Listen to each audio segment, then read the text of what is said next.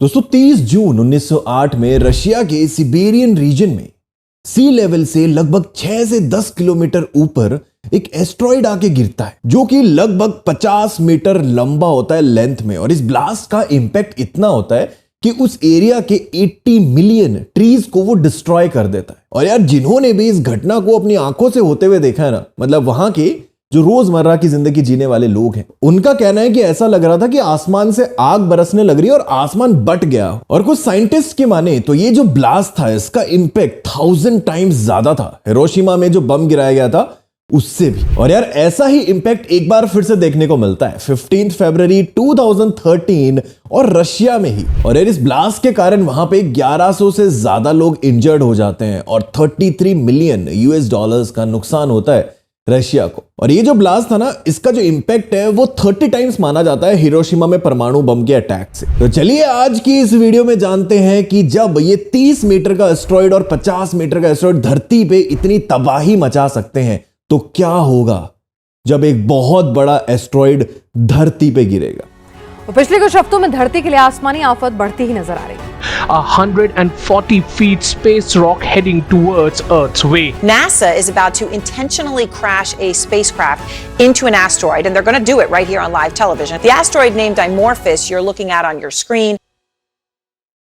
दोस्तों डायनासोर्स के 160 million years अर्थ पे रहने के बाद आज से 66 मिलियन ईयर्स पहले एक एस्ट्रॉइड अर्थ को हिट करता है जिसकी जो लंबाई है वो 10 किलोमीटर बताई जाती है। और यार इस एस्ट्रॉइड के अर्थ पे हिट करते ही भूकंप आने लगता है, सुनामी आने लगती है और अर्थ पे रहने वाले 75% क्रिएचर्स जो रहते हैं ना वो खत्म हो जाते हैं और 25% आज हमारे सामने है। लेकिन इस वीडियो में आगे बढ़ने से पहले हमें जानना होगा ये एस्ट्रॉइड होता क्या है। अब से 4.6 बिलियन ईयर्स पहले अंतरिक्ष में धूल और गैस का एक विस्फोट होता है और विस्फोट के बाद हर एक पार्ट का अपना ग्रेविटेशनल फोर्स होता है। तो ग्रेविटेशनल फोर्स के कारण जो बड़े बड़े पत्थर थे और बड़े बड़े जो पार्ट्स थे वो मिलके प्लैनेट बन जाते हैं और जो छोटे छोटे पार्ट्स है वो एस्ट्रॉइड बन जाते हैं। और जो मैक्सिमम एस्ट्रॉइड है वो मार्स और जुपिटर के बीच की जो बेल्ट है ना वहां पे मिलते हैं। और यार जो एस्ट्रॉइड का जो साइज होता है ना वो आप जितना भी सोच सकते हो वो भी छोटा पड़ जाएगा। और जो सबसे बड़ा एस्ट्रॉइड होता है ना वो एक प्लैनेट मार्स के बराबर हो सकता है। और यार जो छोटे एस्ट्रॉइड होते हैं ना वो अर्थ पे पहुंचने से पहले ही डिस्ट्रॉयड हो जाते हैं एटमॉस्फेरिक प्रेशर के कारण। अब यहां पे ना सवाल ये उठता है, क्या एक एस्ट्रॉइड जो साइज में बहुत ज्यादा बड़ा है वो अर्थ को पूरी तरीके से डिमोलिश कर सकता है, खत्म कर सकता है?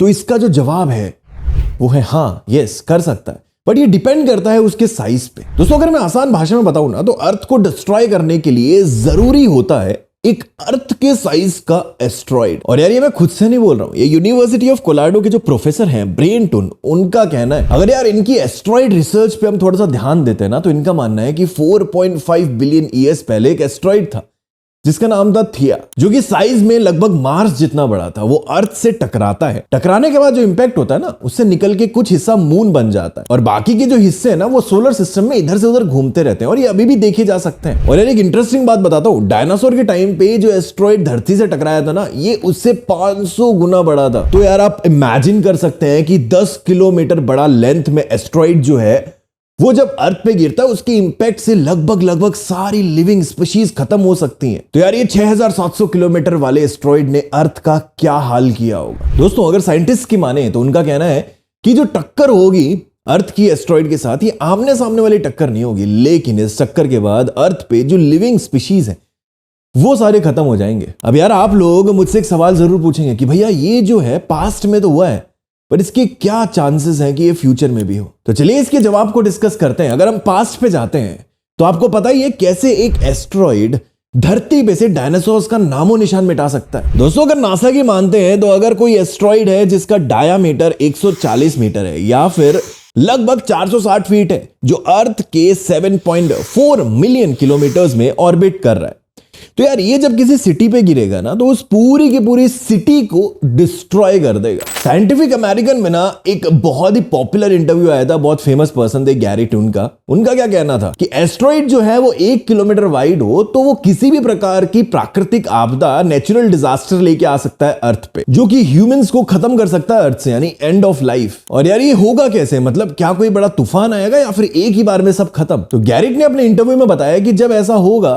तो इसके इंपैक्ट इंपैक्ट से एक बड़ी फायरवॉल जनरेट होगी और यार इसमें इतनी एनर्जी होगी कि सिर्फ देखने मात्र से ही लोगों की डेथ हो सकती है। और यार इससे इतनी ज्यादा डस्ट और गैस निकलेगी जो पूरे अर्थ को कवर कर लेगी और जिससे क्या होगा कि जो सन से आने वाली लाइट है वो धरती तक नहीं आ पाएगी और इस तरह एनर्जी जो है वो ह्यूमंस जनरेट नहीं कर पाएंगे। यार ऐसे में सिर्फ वो एनिमल जो धरती के नीचे रहते हैं उनके चांसेस हैं कि वो बच सकते हैं। अब यहाँ पे एक और सवाल आता है, इससे बचा कैसे जाए? यार तो स्पेस एजेंसी जो है ना नासा, वो क्या करती है कि ऐसे एस्ट्रॉइड जो अर्थ पे भयंकर इंपैक्ट डाल सकते हैं उनको क्लोजली मॉनिटर करती है। और अगर नासा की माने तो ऐसा कोई एस्ट्रॉइड नहीं है जो अगले 100 साल तक धरती को डिमोलिश कर सके। लेकिन 100 साल बाद का क्या? लेकिन ये तो सिर्फ नासा की प्रिडिक्शन है।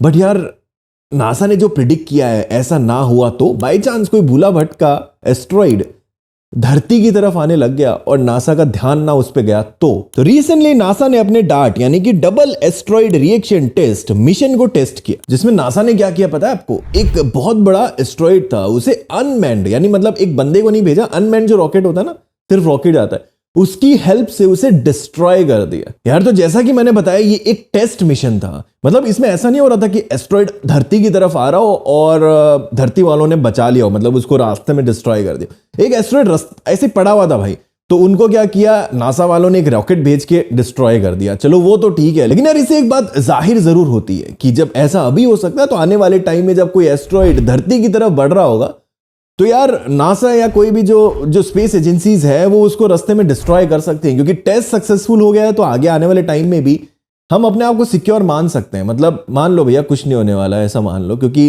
इतनी स्पेस एजेंसीज है वो कुछ होने नहीं देंगी। तो यार अगर नासा की माने तो 11 मार्च 2023 में एक एस्ट्रॉइड जिसका जो नाम है वो 2005 ED224 जिसका जो साइज था 50 मीटर और अर्थ के पास से गुजरता है, पर बहुत कम चांसेस हैं कि ये अर्थ पे कोई इंपैक्ट डाले। यार एस्ट्रॉइड का जो इंपैक्ट है अगर वो धरती पे गिरता है, अर्थ पे गिरता है, तो अर्थ डिस्ट्रॉय होगी, ये तो निश्चित है। लेकिन ये अभी की बात नहीं है, पता नहीं ये कब होगा, इन फ्यूचर या होगा या नहीं भी होगा। लेकिन अभी हम क्या करने लग रहे हैं? अभी हम इतना पॉल्यूशन कर रहे हैं जिसकी वजह से ग्लोबल वार्मिंग बढ़ती जा रही है और पता नहीं यार एस्ट्रॉइड की इंपैक्ट से धरती खत्म होगी या नहीं होगी, बट हम उससे पहले ही खत्म कर देंगे सब कुछ।